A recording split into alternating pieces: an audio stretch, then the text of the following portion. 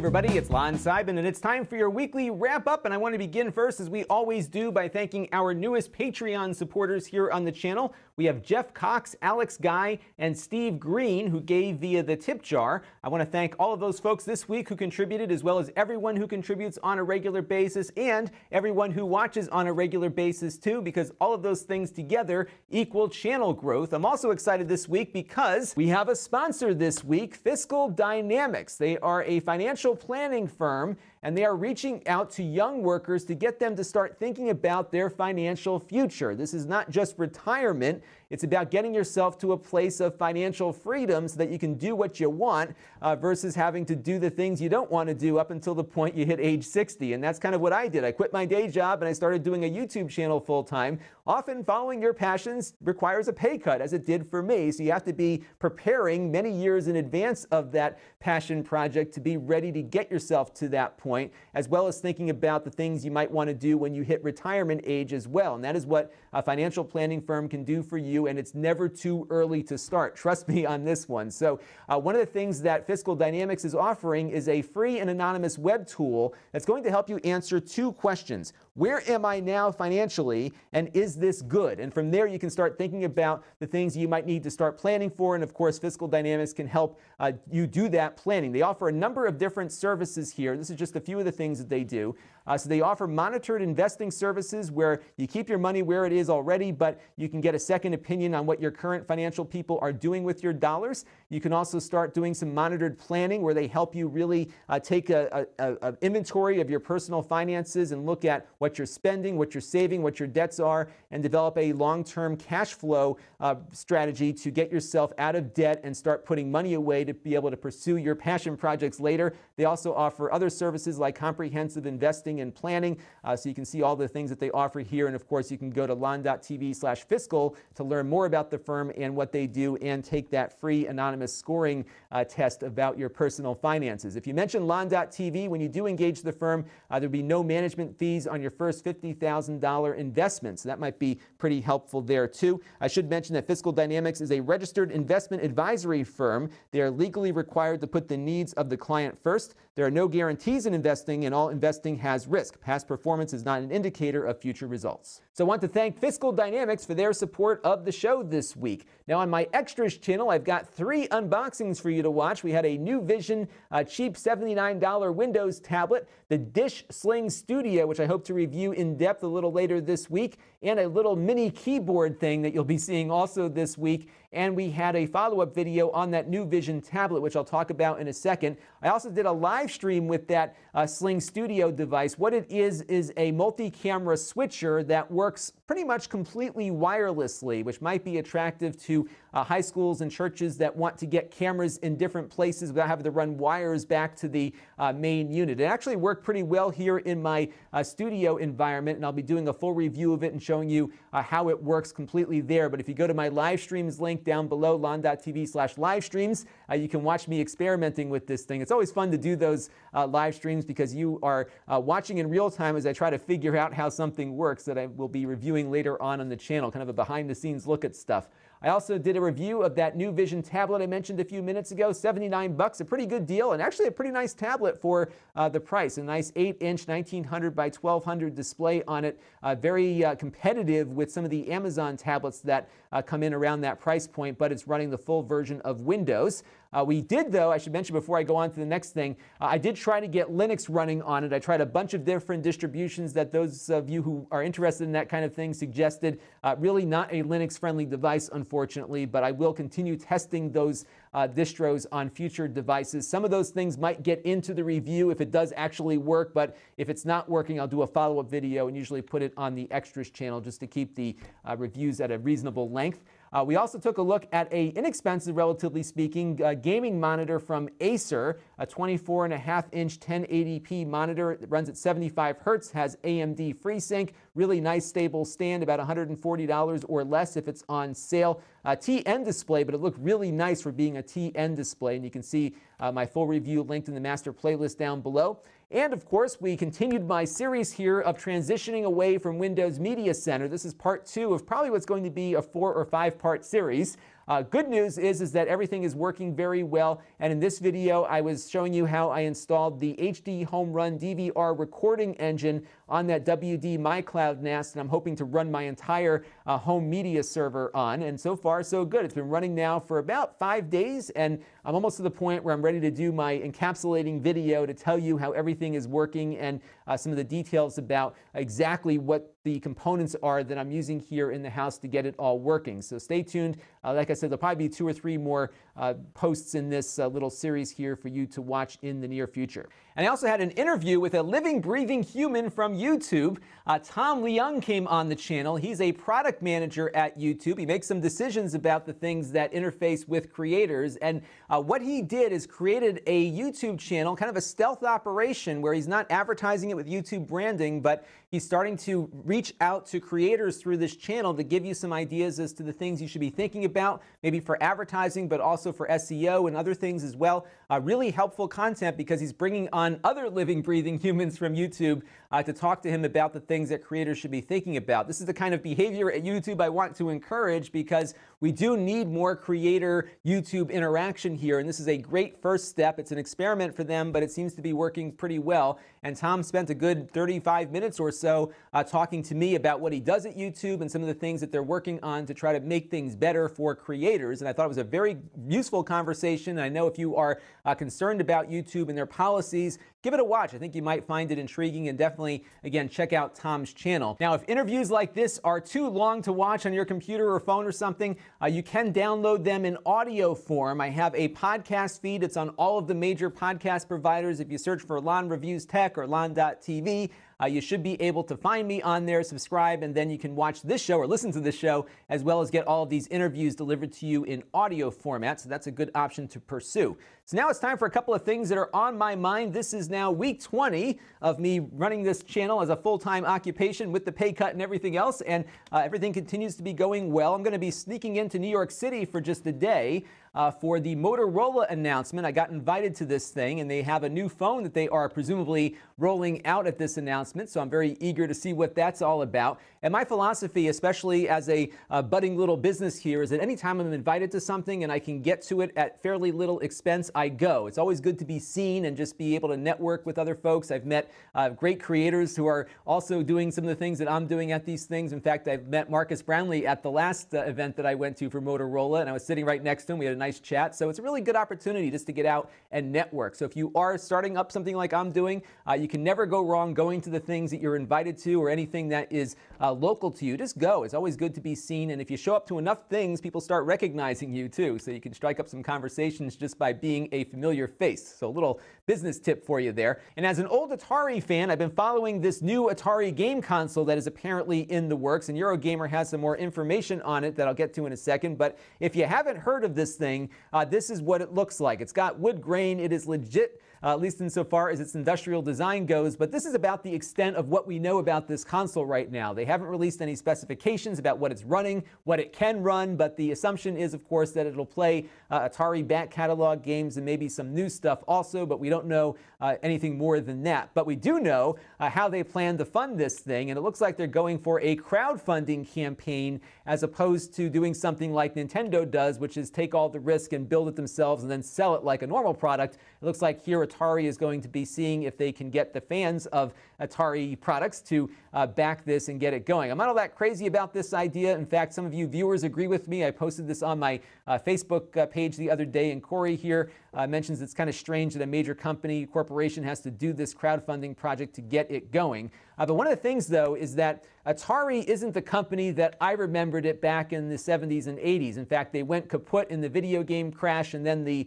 brand itself has been sold and resold a half a dozen times. It's now in France, of all places. So it started in California, but now the brand is owned by a French company. They've had a lot of financial difficulties over the years. They come and go, but somebody always seems to pick up the brand and keep going with it. It looks like the company that owns Atari is actually designing this thing, but they're also a holding company that licenses out the rights to use the games, as well as things like the Atari flashback consoles here that we see every year from a little company called AT Games. And this is not an Atari product. This one is coming from AT Games, but this is the kind of stuff that they get a good chunk of their revenue from, which is just licensing the brand out or licensing the games that they still have rights to. And there's probably some good money in that, but I don't think they're the huge company that everyone thinks they are. They're a lot smaller than that, which is probably why they're resorting to crowdfunding. But my excitement for this product just kind of went down a couple notches when I heard about that crowdfunding component. And I don't know if we really need yet another plug-and-play game console. I, for one, would just like to be able to buy these ROMs legally somewhere as opposed to having to look for nefarious sources to go out and play the games that I want to play. So we'll see what happens with this thing, but as of right now, you'll be able to buy the Atari Flashback 8 around the fall. We're going to get one of these in to test, hopefully. There's a Sega Genesis one coming out soon, and we'll see if this Atari thing ever comes to fruition, and I'll give you more opinions on that when we know more about what it is. And now it's time for some Q&A, and our first question here comes in from Chuck G, who's saying that the battery life that he's getting on his $79 New Vision tablet is not the close to 7 hours that I mentioned in my review.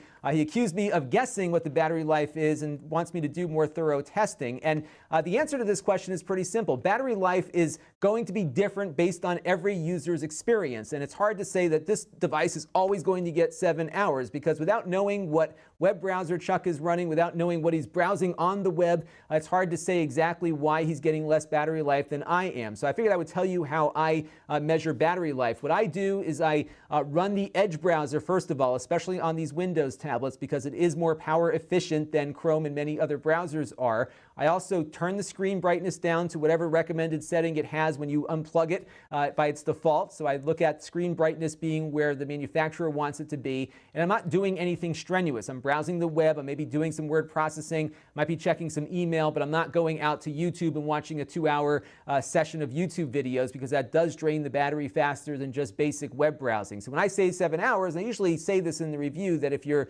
not killing the computer, this is the battery life you can expect. When you start doing things that demand more of the computer, that of course will result in less battery life. The other problem you have with Windows is that Windows is always doing stuff in the background, especially when you first get the device out of the box. There's a bunch of updates that are downloading and running in the background, and oftentimes people will hear their fans running on their laptops pretty heavily the first time they take them out and start using them, because the computer in the background is doing all the updates that that computer didn't get in between its time it left the factory and the time it gets unboxed and started to be used in your home. So there's a lot of factors that go into this, more so on Windows devices than you might see on an Android or an iOS device, but that's my methodology. So if you're curious about it, that's where I'm coming from with it. And I always try to tell you what I'm seeing here based on the kind of usage that I do, but especially with Windows tablets, especially with these cheap low-powered Windows tablets, everyone's mileage is going to vary based on what you're doing. And Ann Varias writes in with a very good question about at what point does my DVR project begin to save money? And this is something that I've been asked a lot over the years that I've been doing this cord shaving thing. Now I say the word cord shaving because I cannot get much over the air where I live, so I have to keep my cable subscription in order to watch anything here. I've got like one channel that I can pick up over the air, even with the best antenna right now, which is very frustrating because I would like to cut the cord and just use that, but I'm unable to do that, so I have to keep my Comcast subscription. That's part of the question here. He's also mentioning that there's a pretty big upfront investment with the NAS device that I'm using, as well as all the NVIDIA Shields, and he's wondering if there's a more budget-conscious option that could also leverage over-the-air content. And one of the things that I did not mention in part 2 that I've tried to mention in my other videos is that the HDhomerun devices have different means of accessing content. So they have 3 boxes that are currently available. One is the HDhomerun Prime, which is what I'm using in the closet over there. That is for cable systems. The other 2 boxes are for over-the-air broadcasts, which allow you to bring the programming in exactly the same way that I'm bringing it in from cable. So all the things that I'm showing you work with cable. They also work with over-the-air. And of course, in full disclosure, Silicon Dust is an occasional sponsor here on the channel. But what I will be doing in a future episode is looking at ways to reduce that overall upfront cost. And there are ways to do that for sure, because the things that I chose for this were things that I'm using for other purposes. So for example, my server, the NAS device, that is one of the more expensive WD My Clouds because it does really well with Plex. It's running with an Intel processor and everything, but I was running this DVR server for a couple of weeks on a single drive WD MyCloud, for example, and that can really reduce your server costs significantly. So this recording engine is very low impact, far lower of an impact than Windows Media Center required, because it did require a PC. This will run off a single drive MyCloud. Not an ideal scenario, but it works, so that is certainly one way to mitigate costs. And then we'll be looking at ways to dramatically bring down the cost of your viewing clients also. It's going to be a fun episode, which we'll be exploring. So there are definitely ways to reduce that overall cost, but I really like these devices because I do a lot of other stuff with them, which is why I chose some more expensive stuff. So the NVIDIA Shield, for example, is a great game player and a great media streamer on top of being good for this environment here. And I did want to show you the savings that I am experiencing right now being a cord shaver. So, and this is just my initial look at this. I might be able to find some other areas where I'm saving money. So I don't pay the HD technology fee that Comcast charges for their equipment. I'm not getting charged for the AnyRoom DVR service, which is an extra $10 a month. These are all monthly fees, by the way. I'm not paying the $20 a month for the first DVR box. I'm not paying $20 to get my other 2 TVs hooked up. So I'm saving, by my count here, about $60 a month on 3 TVs. And the reality in my house, it's probably closer to 4 or 5 TVs, because I got the studio one here that I didn't count in that mix. And I've got another TV that we use occasionally, and of course all the mobile devices too. So I'm getting a lot more devices here without having to pay $10 to add each of those to the mix. And right now, conservatively, I'm saving about $720 a year based on doing this myself versus using Comcast's equipment. So for me, it's a pretty significant cost savings. If I could get more over the air, I could knock out the Comcast TV portion altogether and save a lot more, which I can do at some point. If I ever get a really huge aerial on the house or something, and I find that I can get more networks, I can nix the Comcast component out completely, swap in an over-the-air HDhomerun box, and continue working just like I was before. And Greg Ernst asked a really good question that actually has been something I've been thinking about for a while here to try to improve my production efficiency, which is whether or not I'm working off of a teleprompter or cue cards, or if I am just going off the seat of my pants, as he says in the note there. And the answer is, it is by the seat of my pants right now. However, I'm not so good that I can talk for 30 minutes without having to stop. So what I do typically is I shoot each part of this in a little segment, and then I piece them together in editing. But I don't believe in jump cuts, so that's why it looks like I never stop talking. But in reality, this 20-minute thing usually takes me about 2.5 hours to shoot, depending on how well my words are coming out of my mouth. And sometimes they don't come out so great, and I have to do a portion over again and again and again until I'm satisfied with how well it works. I have thought about using a teleprompter. I actually have some teleprompters that work with tablets and with phones, but I found them to be really difficult to get working properly, and I was finding it was difficult to get the timing right on it, and I was struggling more with the teleprompter than I was with actually just talking. So I've been training myself to be a better talker off the cuff versus actually going out and writing stuff ahead of time. I might start intermixing some teleprompters with my regular shtick, but at this point I'm just going off the cuff just because it's easier in my current workflow. I think if I had somebody here who could run the teleprompter while I was talking, that might allow me to get a little more efficiency on the shooting side of things. But sometimes I'm actually spending a lot of time in this chair here trying to get something just right. And sometimes I just have to start saying it over and over again until I can feel exactly how I want to deliver the message. So there is definitely a lot of time invested in this thing, and I think I might be able to make it a little better with a teleprompter, but I do fear that I might lose some spontaneity in the process. And what I've typically found that when I have tried teleprompters in the past is that I'll start going on script, and then I immediately go off script and start doing my tangents and get lost, and it gets really crazy. So, so far, we're just going to stick with what I'm doing now, but it is something I'm considering for the future because it might make my workflow a little faster. It's really hard to do that, though, with the product reviews because I'm often looking down at the product. So to look down at the product and then go back to the camera, I'll certainly lose my place. So I'm probably going to keep those as spontaneous things, but the wrap-up might see a little teleprompter mixed in here or there. And now it's time for a Q&A for you, and I'm curious this week about Instagram. All the cool kids are doing Instagram. I haven't found a real good use for it for me, but I think I should probably be doing more with it. So I would love to hear your thoughts on how I should use Instagram down in the comment section below, or maybe I should just forget about it altogether. I did set up a Lon.TV Instagram account, so if you search for me, you should be able to find me on there. And I'm just curious what you'd like to see from Instagram and what maybe some of your other favorite YouTubers are doing with it that you like.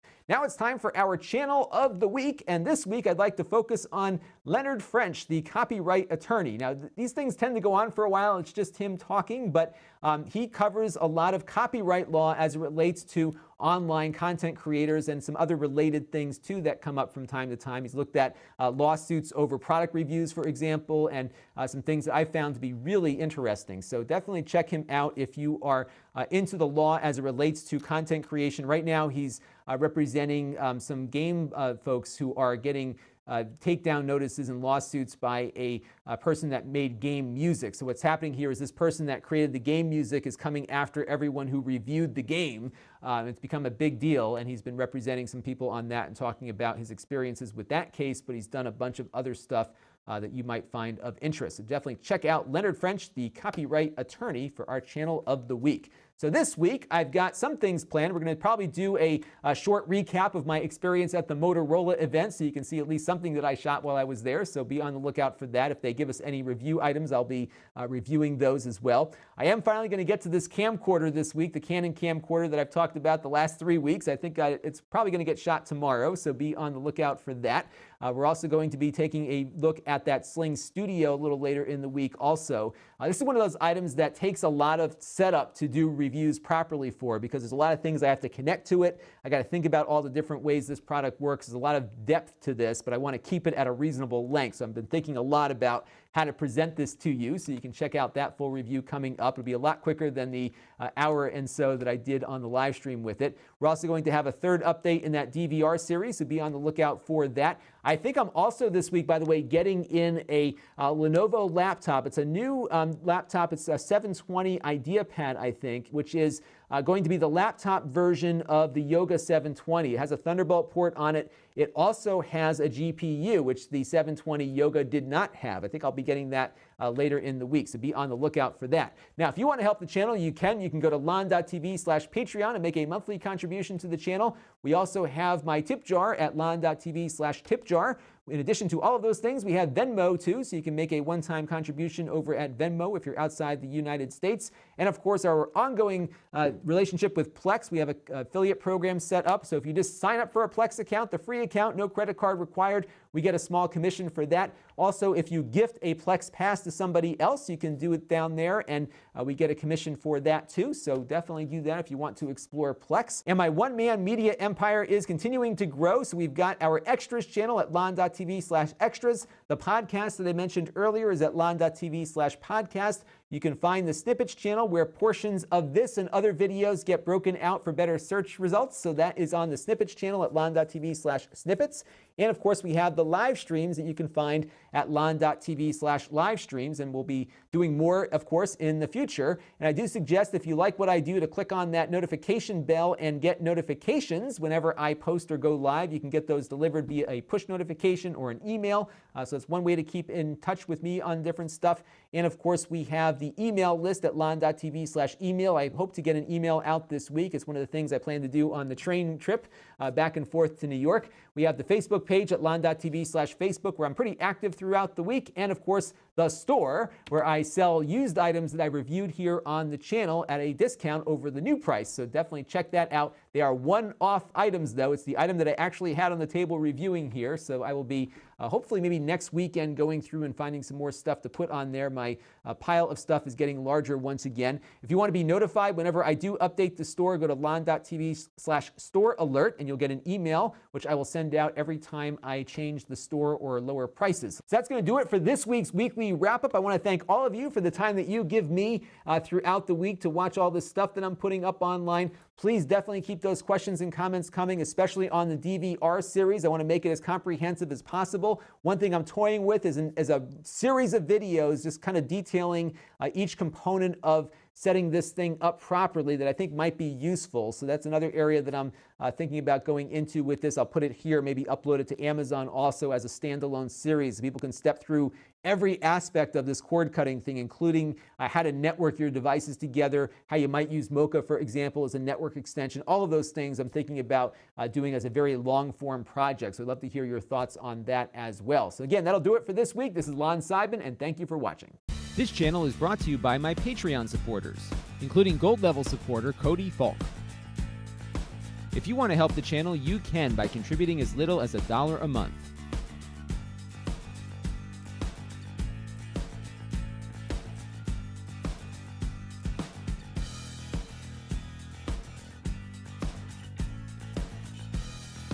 Head over to Lon.TV/Patreon to learn more.